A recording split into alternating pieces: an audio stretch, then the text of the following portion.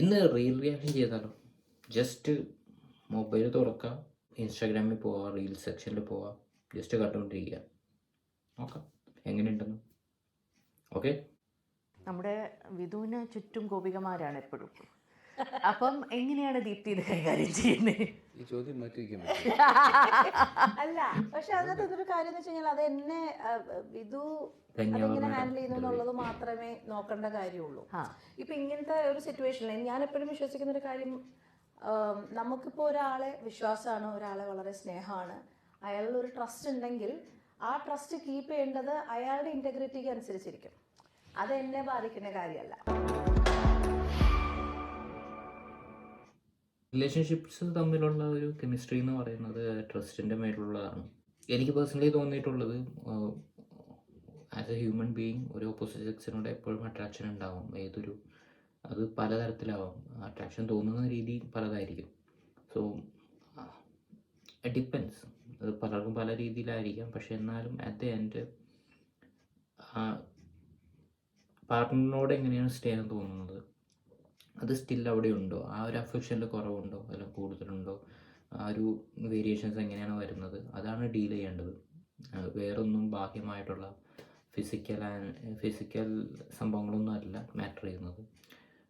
ആ കെമിസ്ട്രി, ആ ഇഷ്ടം കുറയാതെ നിൽക്കുന്നുണ്ടോ എന്നുള്ളതാണ് ശരിക്കും മാറ്റർ ചെയ്യുന്നതെന്നാണ് എനിക്ക് തോന്നിയിട്ടുള്ളത്.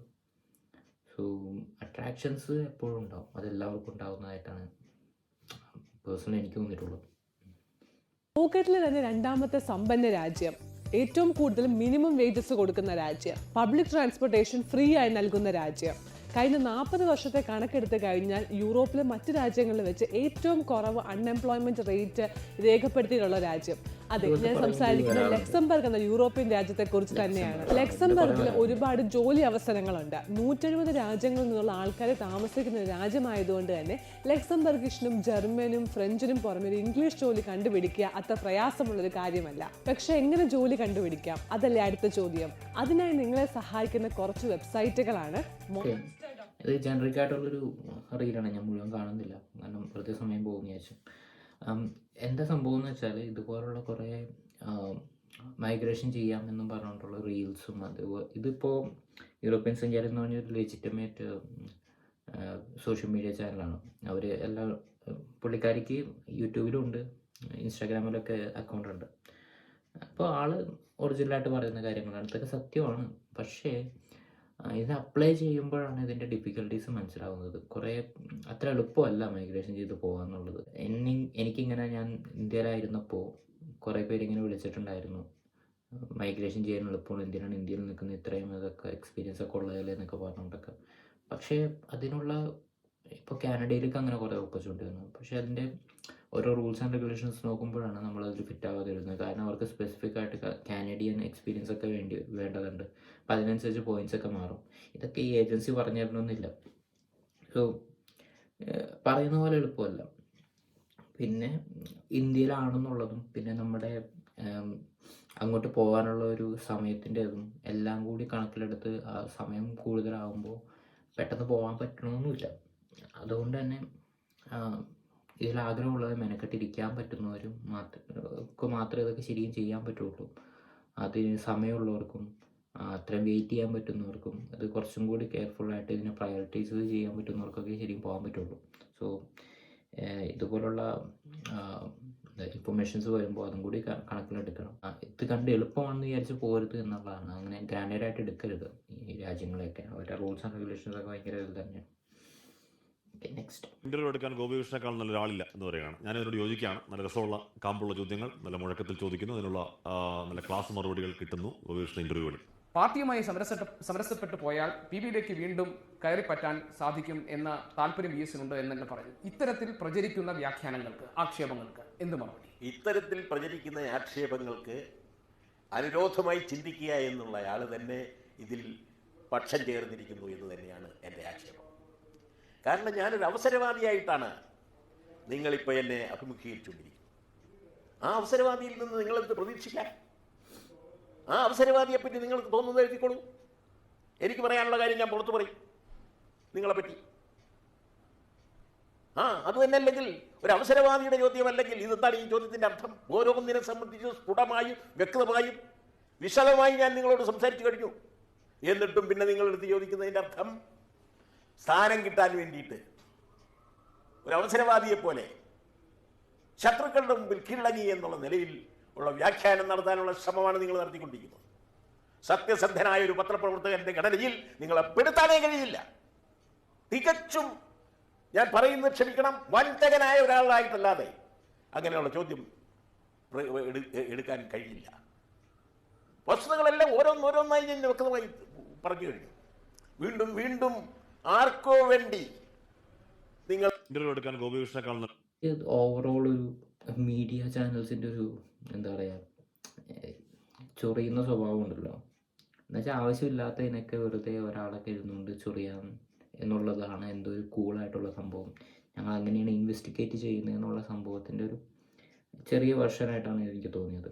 ഇത് പിന്നെയും കുറച്ചും കൂടി ക്വാളിറ്റിയുള്ള ക്വസ്റ്റ്യനാണ് ചോദിച്ചതെന്ന് തോന്നുന്നു. പക്ഷേ സാധാരണ രീതിയിൽ ഇപ്പോൾ മീഡിയാസിലൊക്കെ കാണുന്നതും മറ്റേ നമ്മുടെ ധ്യാൻ ശ്രീനിവാസൻ, ഷൈൻ ടോം ചാക്കോ എന്നുള്ളവരെയൊക്കെ ഭയങ്കരമായിട്ട് യൂസ് ചെയ്യുന്നതായിട്ടുള്ള കുറേ ഇൻ്റർവ്യൂസ് ഉണ്ടല്ലോ. ആ നിലവാരത്തിലോട്ട് ന്യൂസ് ചാനൽസ് വന്നുകൊണ്ടിരിക്കുന്നുണ്ട്. അതിൻ്റെ ഒരു തുടക്കമൊക്കെ ആയിട്ട് ഈ സംഭവത്തെ കാണാം. സോ ഓരോരോ അഭിപ്രായങ്ങൾ. എല്ലാ ദിവസവും വിളിക്കുന്നു, വിളിക്കുന്നു, കോള് വരുന്നു. ഇവിടെ ഏകദേശം ഇതുപോലെ തന്നെ ഈ സമയത്താണല്ലോ വിളിക്കുന്നത് പറയും. ഈ വിളി ഒരു ദിവസം നിന്ന് പോയി നോക്കട്ടെ, നമ്മുടെ ഇത് പോകും. നമ്മുടെ മനസ്സിൽ നമ്മൾ താഴ്ന്നു. പിന്നെ 2 ദിവസം കഴിഞ്ഞ് വിളിയില്ലെങ്കിൽ നമ്മൾ ഡിസ്റ്റർബ് ആവും. ആരുടെയും പോയോ, വേറെ ആളുകളെ തെറ്റായോ, നമ്മുടെ ഉള്ളിലുള്ള ഇതൊക്കെ കയറി വരും. ഇത് അങ്ങോട്ട് വിളിക്കും, എന്താ വിളിക്കാത്ത? അപ്പൊ ഇതൊക്കെ താനെന്താ വിളിക്കാത്ത? 2 ദിവസം വിളിച്ചിട്ട് ഓടിയായിരുന്നു സാധനങ്ങളൊക്കെ ഉണ്ട്. ഇതൊക്കെ ഞാൻ പറഞ്ഞ പ്രണയിച്ചുകൊണ്ടിരുന്ന സമയത്തും. ഇപ്പൊ അങ്ങനെയല്ല, ഇപ്പൊ വളരെ അനുസരണയോടെ അച്ചടക്കത്തോടെ ജീവിക്കുന്ന ആളാണ്. എല്ലാ ദിവസവും വിളിക്കുന്നു. അത് എനിക്ക് തോന്നുന്നു എല്ലാ ഭർത്താക്കന്മാരുടെയും ഒരു പ്രശ്നമാണ്, അല്ലെങ്കിൽ എല്ലാ കുടുംബത്തിലുള്ള ഒരു പ്രശ്നമാണ് ഭാര്യമാരിങ്ങനെ വിളിക്കുന്നതും അത് ഡിസ്റ്റർബായിട്ട് തോന്നുന്നതും. പുള്ളി പറഞ്ഞത് ശരിയാണ്. അത് വിളി നിർന്നു കഴിഞ്ഞാൽ അത് കാമുകിയാണെങ്കിലും ഭാര്യയാണെങ്കിലും വിളി നിന്ന് കഴിഞ്ഞാൽ ഒരു ബുദ്ധിമുട്ട് തന്നെയായിരിക്കും കുറച്ച് ദിവസത്തേക്ക്. അത് എന്ത് പറ്റി എന്നൊക്കെ ചിന്തിച്ചിട്ടുള്ളത്. അതിപ്പോൾ എനിക്ക് തോന്നുന്നു ഇനി വരും കാലങ്ങളിൽ അത് എക്സിസ്റ്റ് ചെയ്യില്ല. അത് പഴയ ഫേഡ് ഔട്ടായി പോകും ഈ ഒരു എന്താ പറയുക പ്രക്രിയ. കാരണം പെണ്ണുങ്ങളൊക്കെ ജോലി ചെയ്തു തുടങ്ങി, രണ്ടുപേരും തിരക്കാവുമ്പോൾ ഇതൊക്കെ ചിന്തിക്കാനുള്ള സമയമൊന്നും ഉണ്ടാവില്ല. പിന്നെ പതിയെ ഇതൊക്കെ മാറിപ്പോയിക്കോളും. ശരി.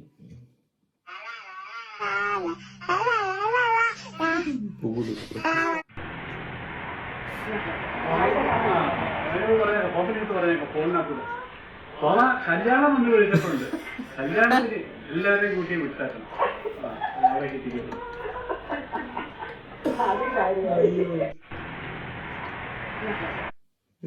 ഇത് അടിപൊളി.